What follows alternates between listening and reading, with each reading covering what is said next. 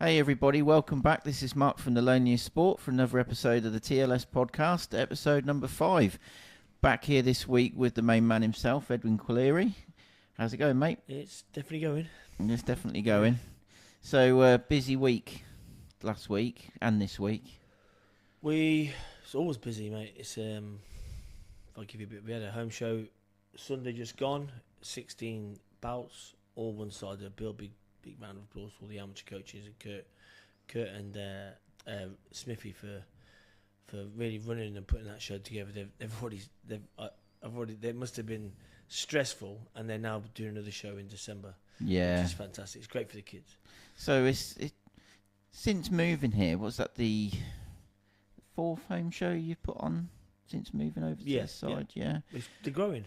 I think you're starting to see. The MC's a little bit dicey. Yeah, I'd sack him off, mate. Well, we're definitely. I don't know who recommended that idiot, but honestly, you don't know his ass from his elbow. Just don't don't bring him back.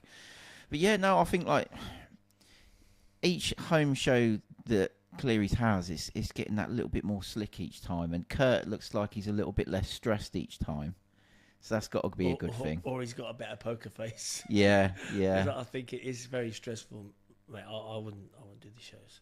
No. And to get 16, even the official said it's very rare you see a club just complete one side of the bill, which was fantastic. Really. I think it just goes to show how popular it's becoming now that you've got the capacity to take all the new members on, and to get them to that point where they're ready to have their first bout as well. Yeah, well, that was it. I think there was only 3 bouts that weren't debutants.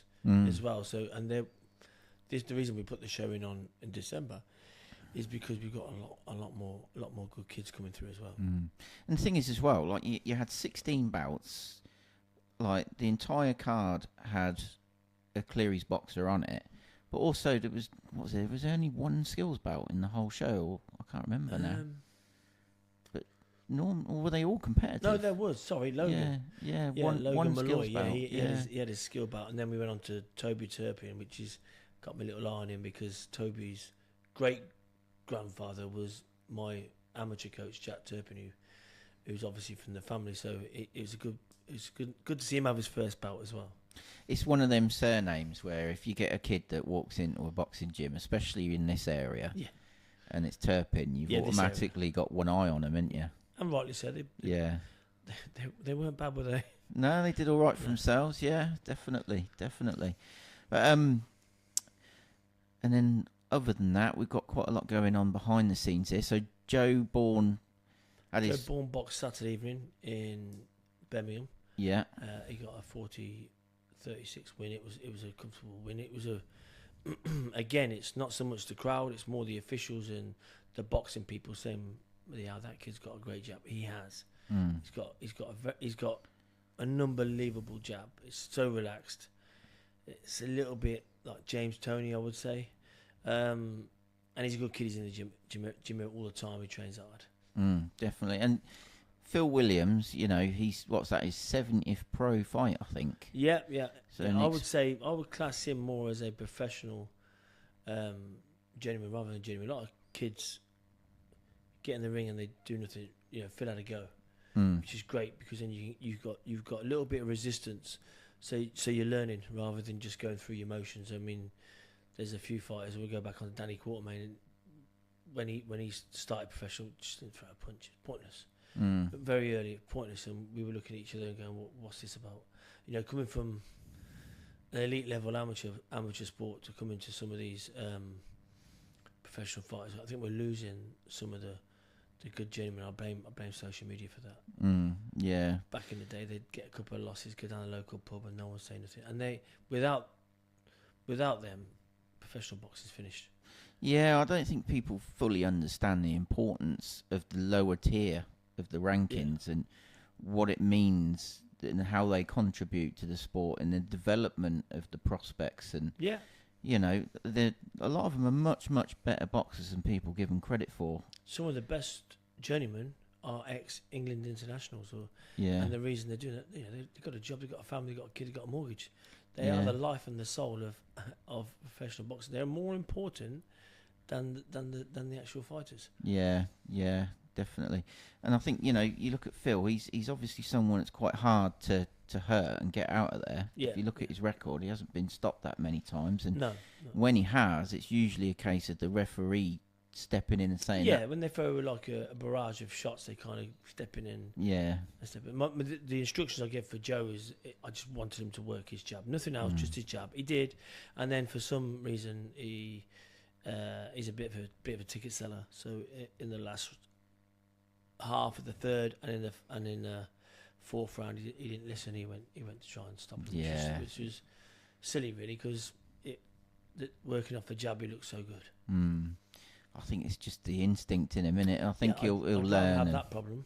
Yeah. Mate, throw a punch. Well, I haven't seen the whole fight, and unfortunately, I couldn't come because the wife was out gallivanting with her mates all weekend and left me at home with the kids and the housework and it's hard slogging the dog, the cat, the guinea pigs, and but I've seen clips of it, and like it had quite an interesting ending, didn't it? At the end of the fourth round. Yeah, and again, silly, really.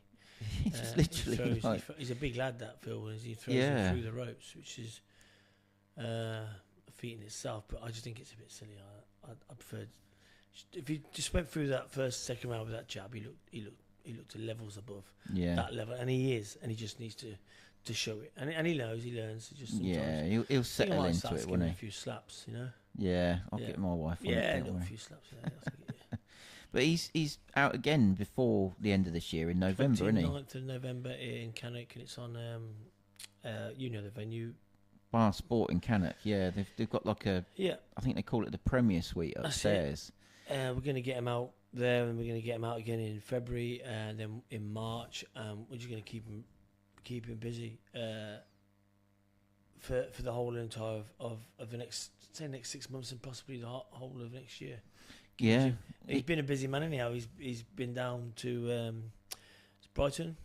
Yeah, I went down to Brighton with him yesterday, and I'm going back there tomorrow. He was sparring Tommy Welch, who most people probably know his dad from being in Snatch, the movie, at that sort of big fight at the end. Not me, I'm British heavyweight champ. That's British and Commonwealth heavyweight champ, world title challenger. He's one of my favourite fighters just because he brought it to the opponents. Yeah, he's he was an exciting fighter to watch, and he got as far as challenging, was it Henry Akinwande for the WBO title. I was going to just say that. I remember that was a great fight.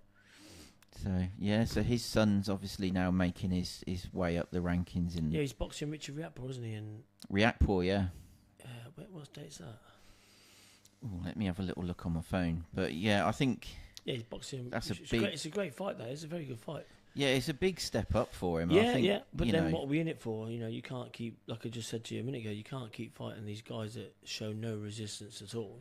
No. Because you're learning nothing, and that's it. I mean, Joe's also with Fraser Clark this week, and he's been training with Fraser Clark for the last 6 months. So he's done quite a few rounds with Fraser, and Joe looks up to Fraser. Fraser's got a lot of experience as well, so it's good for him. Sometimes I hear Fraser pretty much saying the stuff that I say, which is quite nice, because then it's come from a different source, and these kids listen to these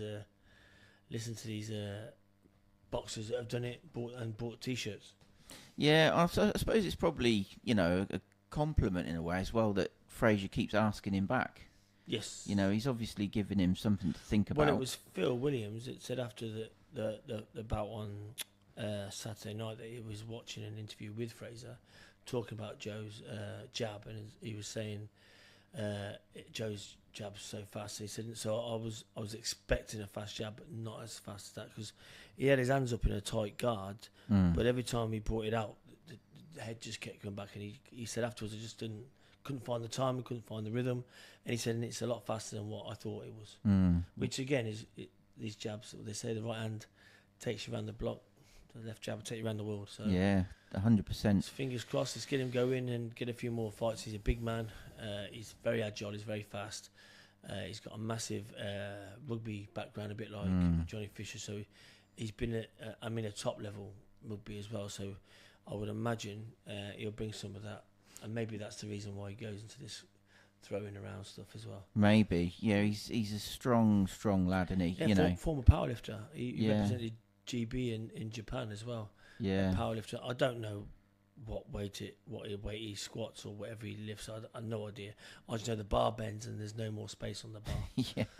But when he lifts it, You see pictures of him sort of 6 or 7 years ago, just before he took up boxing. He was enormous, wasn't he? Yeah, he was yeah, absolute Hulk. Yeah, he was. You He know. gets a bit of flack for that, but he's doing well. We're gonna have some upsets and some fun with him. Yeah. I think he's gonna be someone's nightmare later on.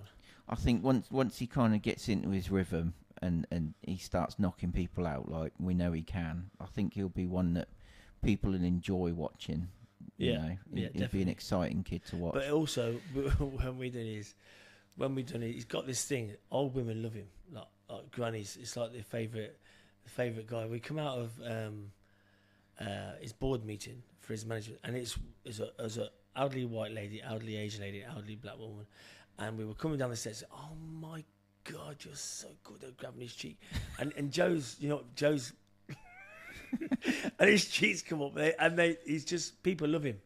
He's got that baby face, isn't he? Yeah. He's a big lad, but he's got like that little cuddly face that the ladies like, isn't he? Stop nodding, the wife off the camera. But yeah, I mean, he sparred with a lot of established boxers. You know, like he was talking to me about the fact that he sparred with Riakporhe. Yeah. He sparred with Joe Joyce.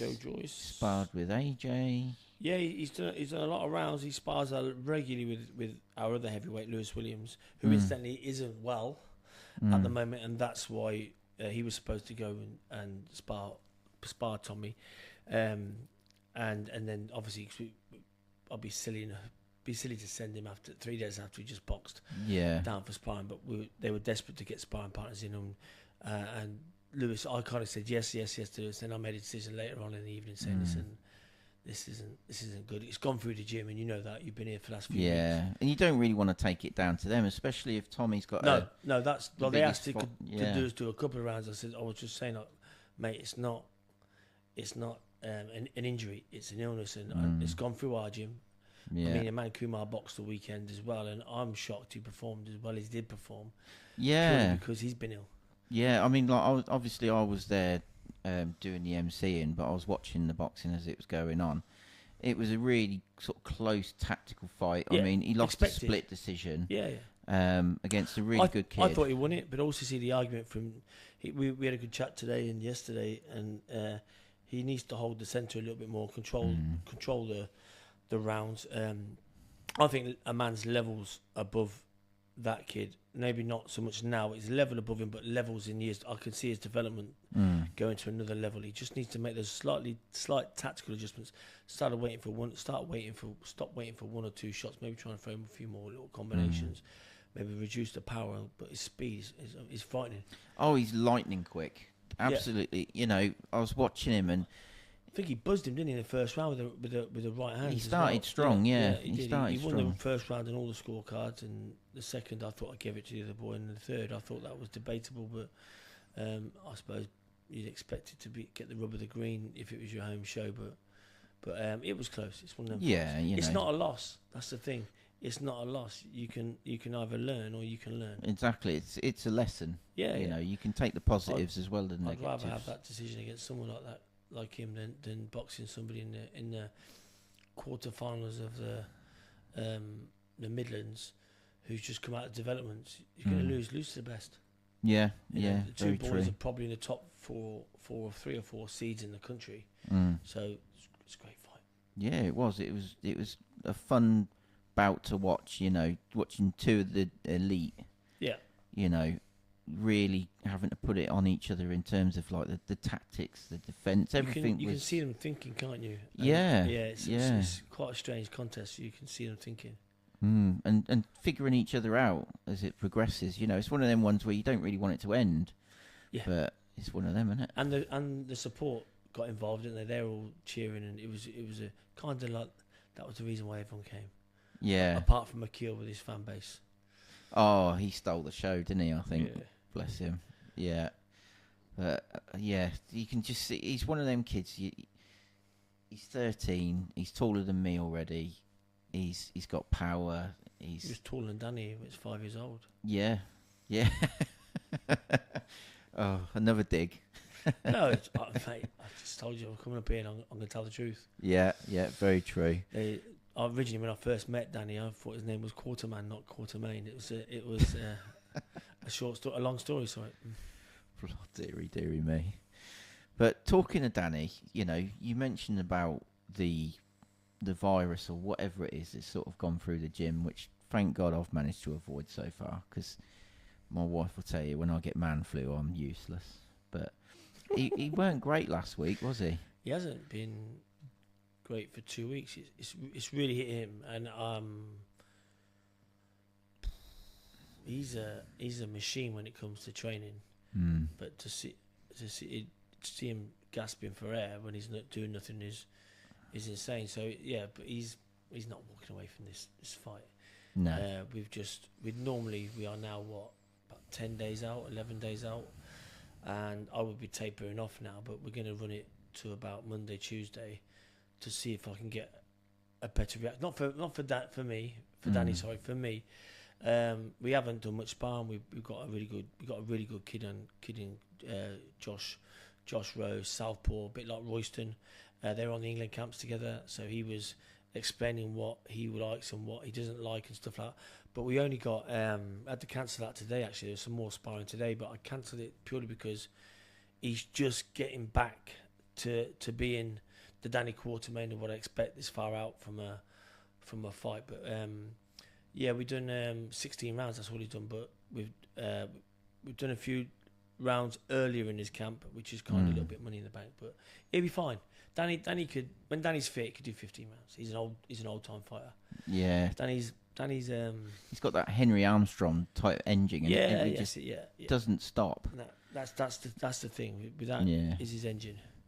We've got like we're saying before we go with the Danny thing is it's a big fight for Danny. It's a big fight for the club. It's a big fight for the town being at the O2. Yeah, I mean Roston Barney-Smith, he's glittering amateur career. Yeah. Undefeated as a pro, rapidly rising up the ranks. Got that Queensbury contract that's given him. Yeah, singing and dancing. Yeah, and he's earned it. Yeah, of course. Yeah. I'm not. Slick Southpaw. I'd love to dog him out a little bit, but you can't. And his family, their family are really nice as well. But yeah, he's just when it comes down to box, and that's the guy I am. I'm not gonna complain about a boxer or anything like that. But Royce is a nice kid. Yeah, and the build up to it between the two of them. Yeah. And when they get in the ring, it'll be completely different. Afterwards, they'll be mates. Yeah, I know they will. Yeah. And if there's people think it's going to be a bit of a you hit me, I hit you kind of fight, it's not going to happen. When they get in that ring, they'll both be at each other. They're the worst of enemies. Yeah, I mean it's a very important fight for both of them. Yeah. Both want to use this fight as a stepping stone to go on. There's a little bit. Danny, like for instance, Danny's kind of proved it a little bit. He's got a lot of dog in him. For me, if you're looking at the Royston side of it, you're looking at this will be his first time. I heard a good quote from Ted Yates a few weeks ago that you won't find anything out about a fight until they've had a little bit of resistance. Well, he's going to get a lot of resistance on the 25th. Yeah. In the face of Danny Quartermaine, he wouldn't have expected or wouldn't seen anyone like Danny. This is the thing as well. He's kind of one of those guys that's written off a little bit. Danny is, but he's got an unbelievable amateur career. We was talking about that before we sat down actually, and you sent me a few of the names that he'd boxed back in his amateur days. 89 contests, mate. He had 89 contests, 45 seniors. He boxed kids off GB. He boxed for English kids. I think he's boxed 4 current professional fighters. Yeah. And the other thing, he boxed at 66, not at 60 or 59 point something. He went up in weights and fought some of the best fighters in the country as an amateur and on in their backyards. Yeah, like Jordan Flynn, there's one. Yeah, boxed Jordan Flynn. Macaulay Owen, boxed him. Mason Smith, he was at GB at the time. Ryan Garner, who's doing really well at the minute. With Ryan Garner, Danny boxed him when Ryan just won the European gold. Danny was a novice at the time. Really? And Danny took that challenge on. Thing with Danny, he just wants to keep boxing the best kids, and that's why he got very frustrated in the early part of his professional career, going from boxing those level of kids, to dropping down a kid who was barely throwing a punch back. Wowzers! But no, he's not got the fear of protecting his record, which is something I like, because you don't see that very much or as often nowadays. Blame Floyd Mayweather for that, don't we? Well, yeah. I've noticed in the gym, it's as soon as, although Joe Caz, they've done it, everyone loves an American boxer, don't they? So when he started doing it, I've noticed all the way through amateur boxing, every kid's looking to protect their own, and that's the worst thing they can do. They need to win, lose, draw. Well, there's no draws, but win and lose. Just get out there and box the best kids. I have a lot of stick in the amateur game, whereas I keep my kids in the gym as long as I can till I know they're ready. Once they're ready, they're out, and I keep telling them, you've got to keep pushing. You've got to keep getting fighting, better fighter, get boxing better fighters, boxing better fighters. You can't stay at that level, and the only way you get better is by boxing better people. And you've got to believe in me, believe in the system, and it works. The only way you can get better in this sport is by pushing the bar up, pushing it up, and just keep pushing it up, keep pushing it. We've got kids that they might be what I would call more club fighters, and then that's fine. But the ones that want to be pushed, I'll push. The ones that are at that level, I will push them. I will push them. There's no, like with the man Kumar, we could have found him a couple of easier bouts on our home show, but he needs to be tested. Yeah, I think you've got to be honest with yourself. You've got to be honest with the people that are around you. You need to know where your strengths lie, what you need to improve on, what your level is at that point in time, And no, I think you're absolutely right, mate. And then the other one, off the Danny and the man situation, I think we've got Lewis out on the 13th of December. Hopefully Queensbury will return my calls. And and then the other one is the two young girls, Jaya and Serena. They've got European selections this weekend, so you can see the level in the gym. We've got kids at every level. It's almost like a funnel system. I've seen it where when I first started coming here, somebody would be relatively new, and I can look at them now and I can almost see the stages that you've took them through to get to the next point. And I think it's reassuring for them to see it too, Yeah, going right back to the home show, I'm going to go through it. There's Taylor Harrison, Ruben, Logan, who had that skill belt, Toby Turpin, Arthur, Ethan box brilliant for his debut. You got Akil. I'm going to miss a few out here now, aren't I? Obviously, a man being at that level, and there's a massive future of this over the next. People say when you move from that gym, you come to this gym. What you're going to find, you might lose that that atmosphere. It's not. No, not at all. No, I feared that because obviously the gym that you had before was very different to this one. Yeah. But you'd been there so long, and it had a great atmosphere, great vibe. And when you move into a brand new, newly refurbished, posh building, you kind of think, is it going to feel the same? But it does. You just completely picked up where you left off. Better even. Yeah. Even some of the mums were saying it's a much better area now. We've got a viewing area for the parents to sit in. It's a little bit heated, a bit better. We've got 3 rings rather than 2. We've got showers, which never had any showers. We've got a kitchen. We've got homework rooms. We've got a masseuse room. We've got this room now as a podcast room. We've got another little circuit area room. It is unbelievable. We've got plans for the future. Fingers crossed. We've got aircon coming in the next few weeks. You're spoiling them now. Yeah, well... They've got to be in the gym every day, and I am in the gym every day. And we've got some other plans for an extension as well, which will put a circuit area at the back, and we'll potentially get another couple of rings out there. So we're just going to keep growing and growing and growing. We've got a fantastic parking area, free parking. Yeah, that's one of the biggest differences. When you pulled up to the old gym, trying to find somewhere to park down that back street, and of course it's all double yellows down there. So you're like, dare I leave it? Yeah, and we got about 4 football pitches out there as well, so we got place to run, place to train. It's unbelievable. And the place where you hold your home shows is literally a 2-minute walk that way. You can see it from here, can't you? That's it. You know, No, so if you fantastic. forgot something, 5 minutes. That's what you're we there and were back. doing that on Sunday. Yeah. They were going back and forth. No, it's great. It's a really nice setup. It's ideal, absolutely ideal, and you know it's only going to get better.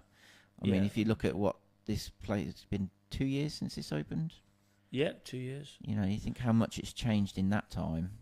I was had a conversation with Serena Malley the other week. And we were just saying about consistency and dedication and a gym.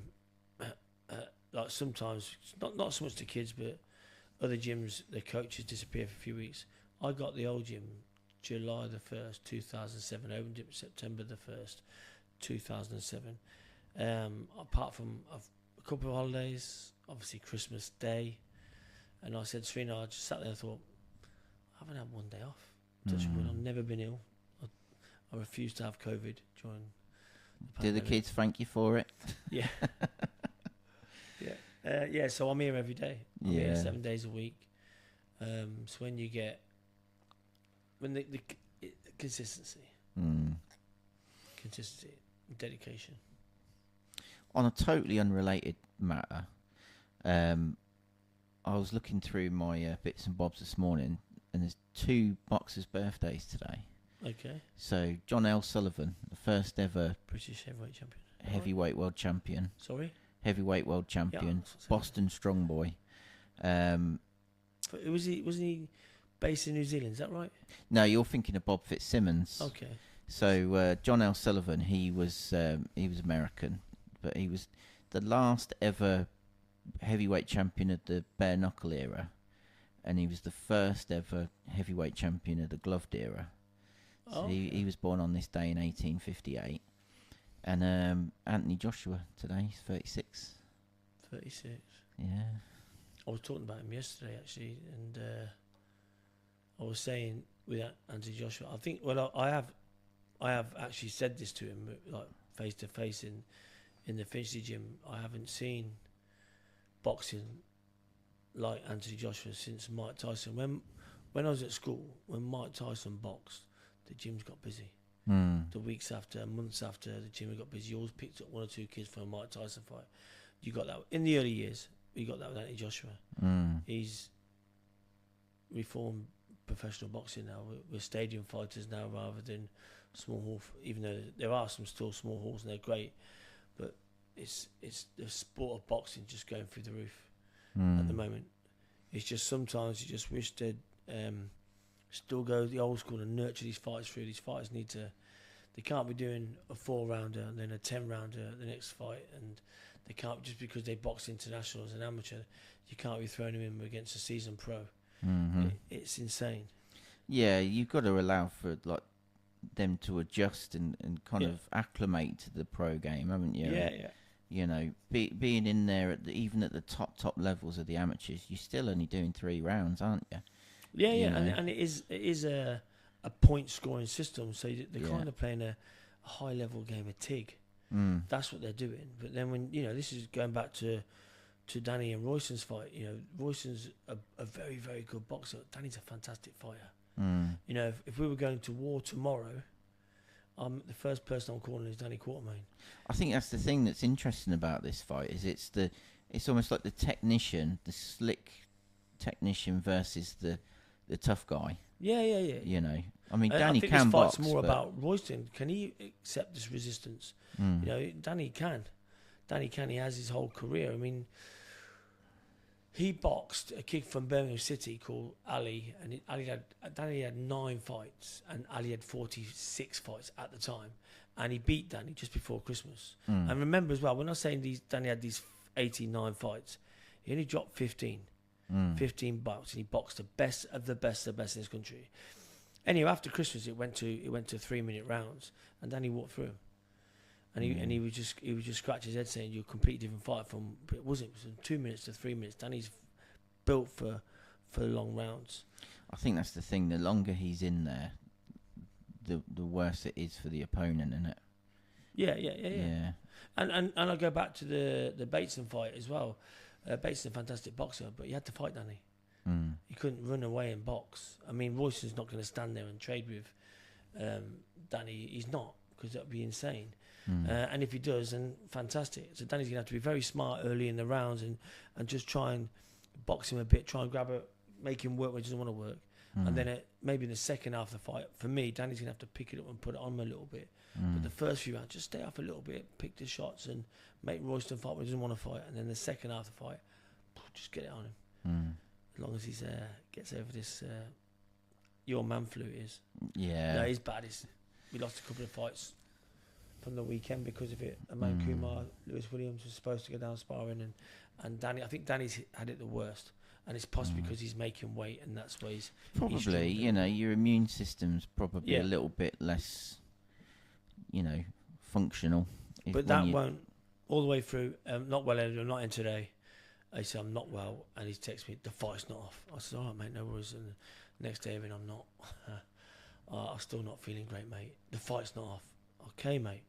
And I said, just have a rest. Don't do anything today. Don't go for a nice little walk. Maybe go to the sauna. And he's, but the fight's not off, Edwin. No, it's not off, mate. You've got 3 weeks. You'll be fine. And then obviously we were supposed to spar today with Josh Rose, and I've just told him. I just said to Gaz, look, mate, we're going to leave it, mate. I said he just needs to get over this. But we'll still be the best Danny Quartermaine when we get in the ring. Honestly. Definitely. And the date's coming around really quick, isn't it? It's not this weekend, the weekend after. Yeah. So it's all fun and games, and it's beautiful, mate, to box at the O2. To box at the O2 with your 2 titles. Great venue. Yeah, great venue. But I was looking at that Tommy Welch Riakporhe fight. That's on the undercard of the Conor Benn Chris Eubank Jr. rematch. Okay, at Tottenham. Yeah. Okay. So I think it's the 15th of November. So yeah, that'll be a good night. And the one that Danny's on as well, that's shaping up to be a good card. Yeah, mate. And you want to see the amount of tickets. I mean, I'm not going to quote what he's done. He sold a lot of tickets. It'll probably come out in the next few days, but that's the other reason why he can't say that. But he'll be fine next week. He just needs to get this off, shake it off again today, and then it's got another. What are we on? Wednesday, probably another three hard sessions, and then we'll take it off maybe early next week before we go down to London. But the only blessing is with this illness, he's dropped his weight better than he did last time. Yeah. First time I saw him when he popped back into the gym after that weekend where he seemed to sort of be quite poorly. He's like, the good news is I've dropped 2 kilo. I was like, good for you, mate. Good for you. Yeah. Really bad. But yeah, it's all fun and games. Ready to go. This is great seeing the 2 girls get their assessment, get through their assessment, and they will. They're tough. They're tough girls. They get onto the Europeans, which is in December. Yeah. We've got a home show in December. Hopefully Lewis Williams will be in December. Hopefully Danny gets the win next week, and Joe's out in November. Aman Kumar's got the CYPs. That starts in.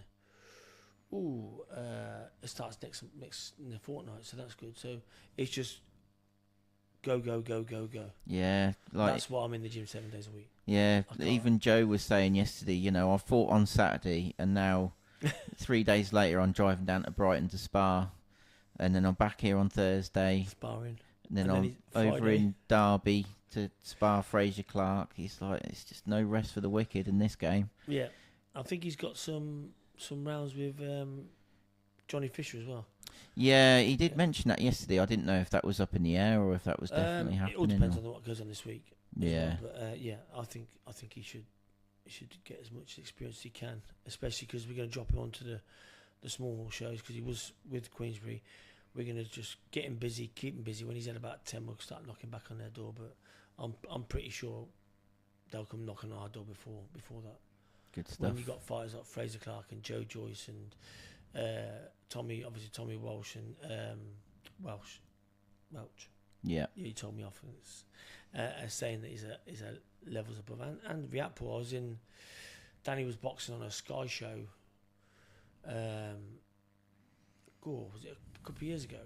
And he just come up to me and said, "Bloody hell," he said, that kid's jab. He said, "There's nothing like it." He said, "I'm 30 something years old, and I've pulled Joe to one side. Show me that jab. So all the people in the game are saying it. He just needs to get himself going. I think that's the thing. He's got a good reputation behind the scenes. It's just sort of putting him out there to the public now, and you know he's well liked, and he's learning a lot. And he from can all sell these... tickets. You know. Yeah. He's a good talker. Yeah. Yeah.